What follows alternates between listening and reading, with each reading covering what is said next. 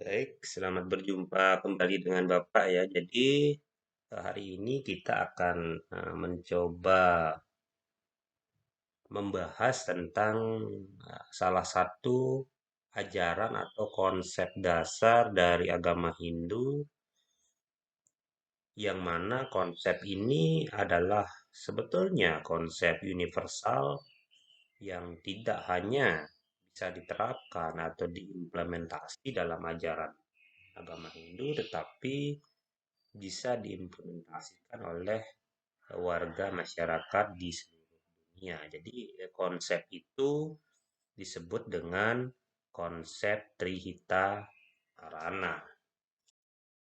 Jadi seperti yang kita ketahui, jadi Trihita Karana itu secara etimologis terdiri dari kata Trihita dan Karana ya. Jadi tiga penyebab kebahagiaan. Tri itu artinya tiga, hita artinya kebahagiaan, karana itu adalah penyebab. Jadi menurut Hindu ada tiga hal yang membuat manusia itu menjadi bahagia, atau ada tiga hal yang menyebabkan timbul rasa bahagia di dalam diri manusia itu sendiri. Apa saja? Yang pertama itu disebut parhyangan. Hyang ya. Hyang itu adalah bagaimana manusia itu membangun hubungan yang baik dengan penciptanya. Jadi sebagai makhluk beragama, manusia itu wajib membangun hubungan yang baik dengan penciptanya. Dalam hal ini adalah Tuhan. Nah, lalu yang kedua, bagaimana manusia itu membangun pula hubungan yang baik dengan alam sekitar, ya, dengan menjaga lingkungan, dengan tidak menebang pohon. Itu dalam konsepsi agama Hindu itu disebut dengan palemahan. Lalu yang ketiga, bagaimana manusia dalam interaksi sosial itu, ya, manusia sebagai makhluk sosial dan berinteraksi dengan sama manusia supaya bisa saling menghormati, bisa saling bertoleransi. Nah, sehingga hubungan antara manusia dengan sesamanya ini bisa terjalin dengan baik tanpa menyakiti satu sama lain. Nah, itu dalam konsepsi Hindu disebut dengan pawongan yang merupakan bagian terakhir dari Trihita. Nah, kalau kita buatkan gambarnya, jadi seperti inilah kira-kira. Jadi dalam ajaran Hindu, ya, jadi kalau dibuat segitiga itu pariangan dia letaknya paling di atas, karena kita sebagai makhluk beragama dan memang kita adalah makhluk ciptaan Tuhan dengan konsep Manunggal, Brahman, Atman, Aikyam, yang menghidupi kita adalah bersumber dari Brahman. Artinya Atman yang ada di dalam diri kita yang menghidupkan badan kasar kita itu adalah percikan-percikan kecil dari Brahman. Jadi maka sudah selayaknya kita memuja, menyembah Tuhan, ya, menjaga hubungan yang baik dengan Tuhan, ya, selalu melakukan perbuatan-perbuatan yang tidak bertentangan dengan ajaran-ajaran agama, tidak melakukan perbuatan-perbuatan yang dilarang oleh ajaran-ajaran agama.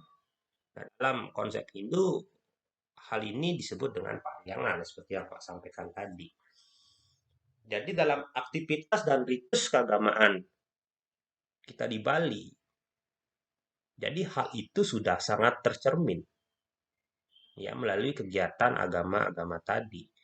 Jadi misalnya kalau di dalam kehidupan bermasyarakat. Jadi setiap perumahan orang-orang Hindu kita biasanya mempunyai tempat suci.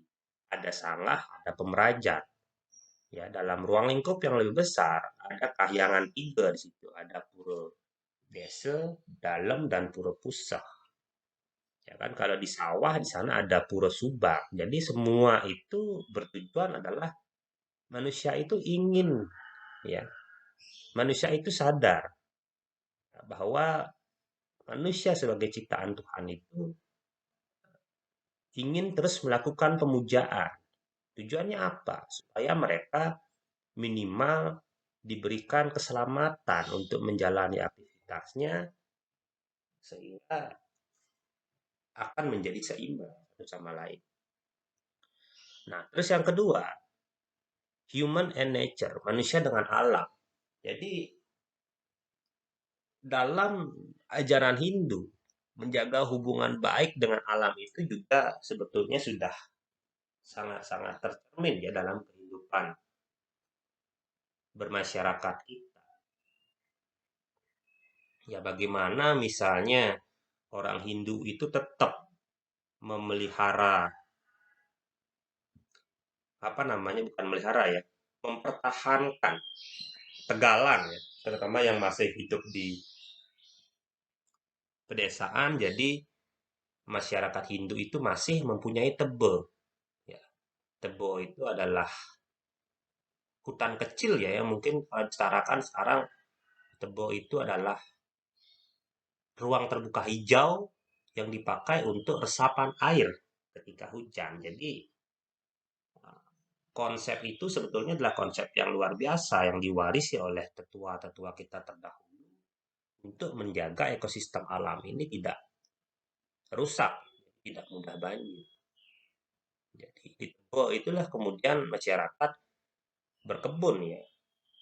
Misalnya menanam pohon-pohonan yang minimal untuk keperluan rumah tangga, ya kan, untuk menjaga penghijauan juga. Nah, dalam konsep yang dalam apa namanya aktivitas yang lebih besar, misalnya di Bali juga penghargaan terhadap alam itu dilakukan dengan perayaan Tumpek Warige. Jadi di dalam Tumpek Warige itu manusia-manusia Bali melaksanakan hari untuk menghargai alam. Jadi pada Tumpek Warige itu umat Hindu memberikan sesajen, mengaturkan sesajen sebagai ucapan terima kasih kepada alam. Karena alam misalnya sudah memenuhi segala kebutuhan manusia, karena alam sudah tidak murka dan mencelakai manusia. Itu adalah bentuk-bentuk penghormatan manusia terhadap alam dan lingkungan. Itu juga alam kan bukan hanya isinya tentang pepohonan, tetapi di dalam alam itu juga terdapat makhluk-makhluk hidup lain seperti hewan-hewan, dan itu juga sangat-sangat menghargai hal tersebut. Ada tumpak kandang yang juga di dalamnya adalah bentuk penghargaan terhadap binatang-binatang itu. Jadi binatang itu berjasa dalam kehidupan manusia sebagai sumber bahan makanan, sebagai penjaga ekosistem supaya tetap seimbang, sebagai penjaga gitu. Misalnya kalau di Bali itu di setiap rumah biasanya memelihara anjing untuk menjaga rumah. Itu orang Bali, khususnya orang Hindu itu sangat menghargai hal tersebut. Lalu yang selanjutnya adalah human and human, manusia dengan sesama. Jadi jelas orang Bali sangat menyadari bagaimana menjaga hubungan baik dengan sesama. Orang Bali sangat menyadari kalau manusia Bali itu adalah makhluk sosial yang tidak bisa hidup sendiri. Maka dari itu, berangkat dari kesadaran itu, orang Bali selalu melaksanakan segala kegiatannya dengan bergotong royong.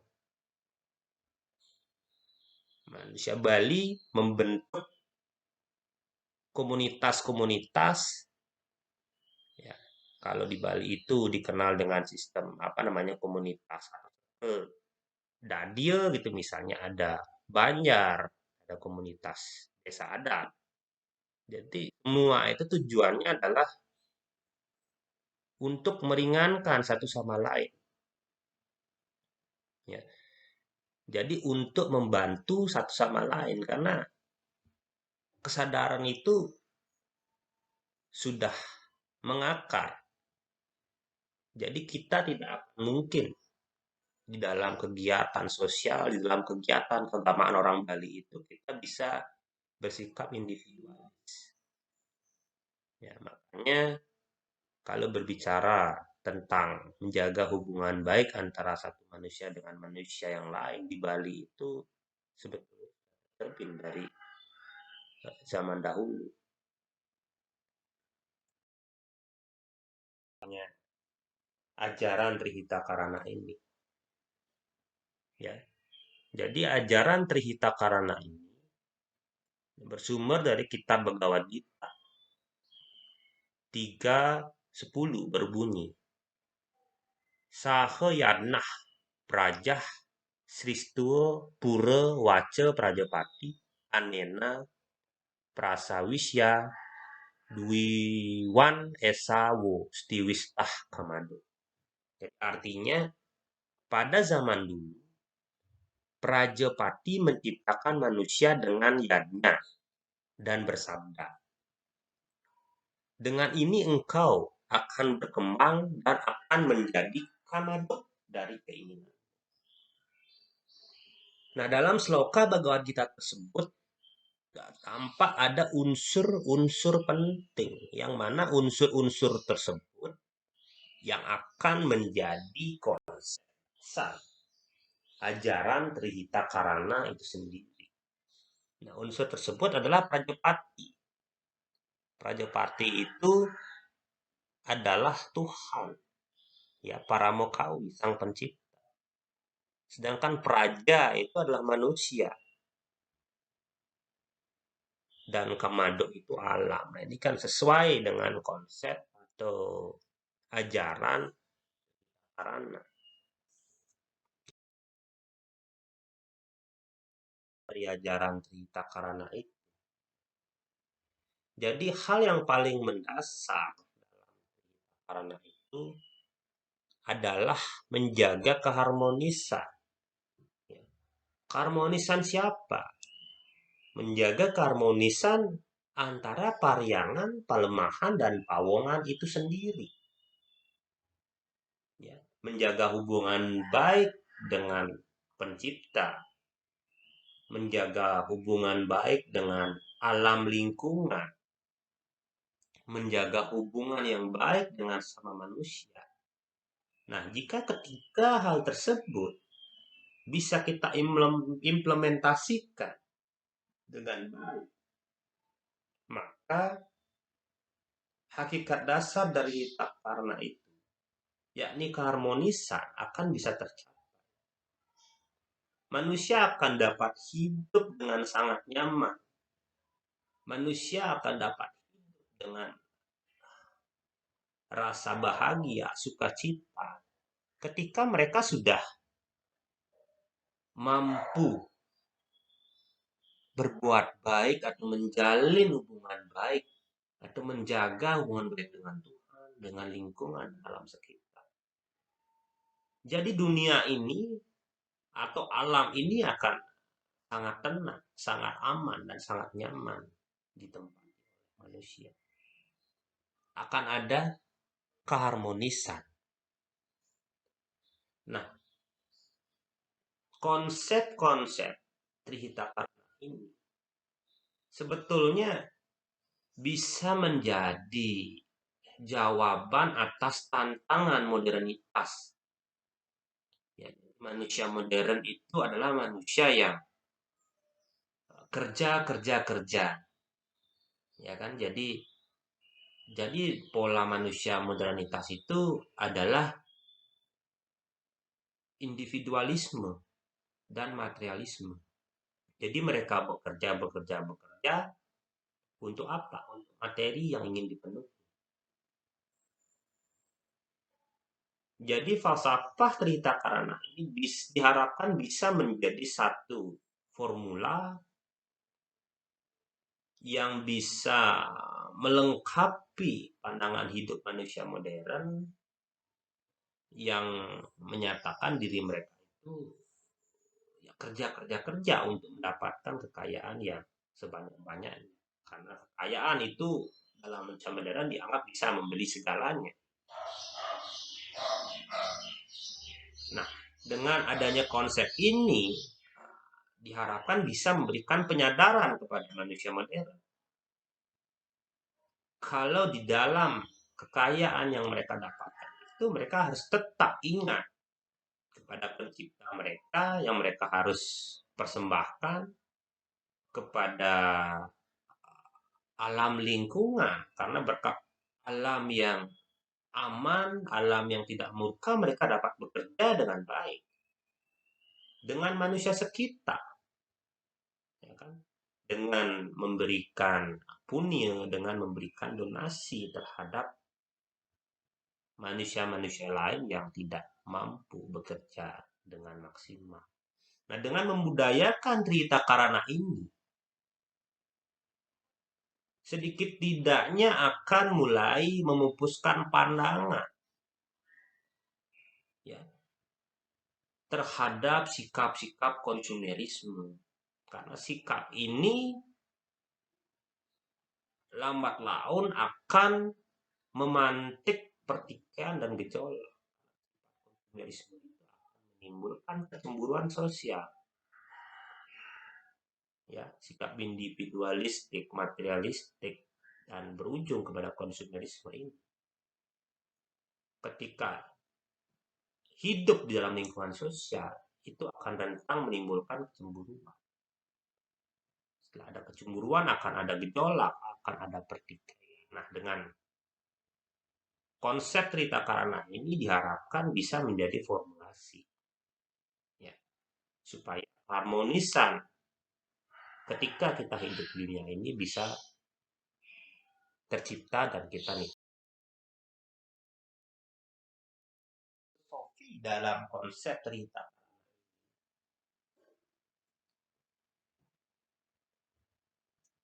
Jadi terkandung etika, bagaimana kita berperilaku, ya kan? Karena nilai itu kan adalah sesuatu yang berharga.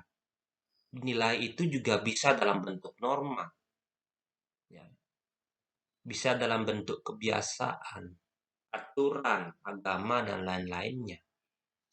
Yang memiliki value, yang memiliki harga, yang bisa dirasakan untuk diri sendiri maupun orang lain. Jadi nilai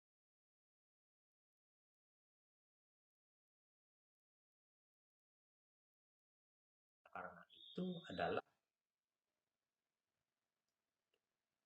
nilai kecintaan yang mendalam, ya kan? Jadi kita dituntut di dalam ajaran Trihita Karana ini supaya bisa mencintai, ya, bisa bijaksana, bisa arif, dan nilai-nilai ini diharapkan bisa menjadi pandangan yang akan membawa manusia itu nanti hidup di dalam keharmonisan. Nah, kalau hal ini bisa tercapai, manusia bisa mencintai sesama, manusia bisa mencintai lingkungan, manusia bisa menghargai, bisa menghormati dengan melakukan pemujaan-pemujaan dengan sarana sesajen kepada penciptanya. Maka keharmonisan tadi secara otomatis akan tercipta. Jadi konsep Trihita Karana ini bisa dikatakan dia adalah akan menjadi satu pandangan bagi masyarakat Bali, khususnya masyarakat Hindu, untuk menggapai sesuatu yang dicita-citakan. Apa yang dicita-citakan adalah hidup harmonis. Karena Trihita Karana itu adalah konsep keharmonisan.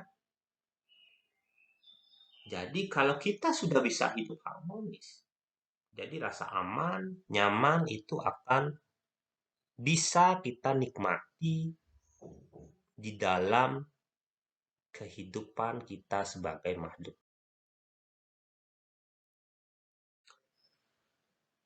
Nah, Pak Donder di dalam bukunya menyampaikan bahwa ini di halaman 402 sampai 405 ya, bahwa konsep Trihita Karana ini dikelompokkan dia menjadi 3 nilai. Yang pertama itu ada akhlak, akhlak terhadap Tuhan, terus akhlak terhadap manusia, dan akhlak terhadap lingkungan. Jadi dalam menghadapi kehidupan yang fundamental, konsep Trihita Karana memperkenalkan nilai-nilai realitas hidup bersama dalam hal penanaman nilai-nilai religius. Ya. Pembudayaan nilai-nilai sosial. Penghargaan terhadap sesama, yang di dalamnya mungkin penghargaan juga terhadap gender, penanaman nilai-nilai keadilan, penghargaan sikap demokratis, kejujuran, peningkatan sikap dan daya juang, bertanggung jawab, dan penghargaan terhadap lingkungan sekitar.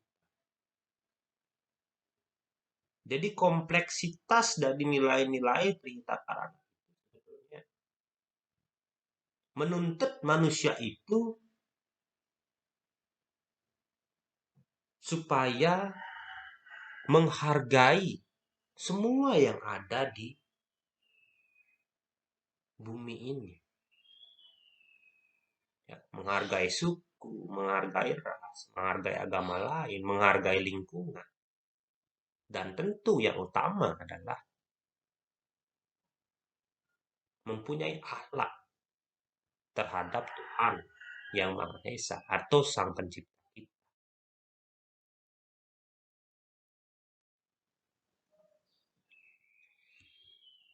Nah, jadi itu yang bisa sampaikan tentang Trihita Karana dan apa filosofinya. Jadi pesan terakhir dari Bapak, ajaran Trihita Karana ini adalah konsep yang sangat mulia. Konsep yang mengajarkan manusia untuk bisa bertoleransi satu sama lain. Mengajarkan manusia untuk selalu bertakwa, selalu ingat dengan Tuhan, dan juga selalu menyadari bahwa lingkungan alam sekitar itu harus kita selalu jaga bersama, sehingga harmonisan itu bisa kita nikmati sosial kita. Baik, mungkin itu yang bisa Bapak sampaikan. Mudah-mudahan ada manfaatnya. Jadi, terima kasih banyak.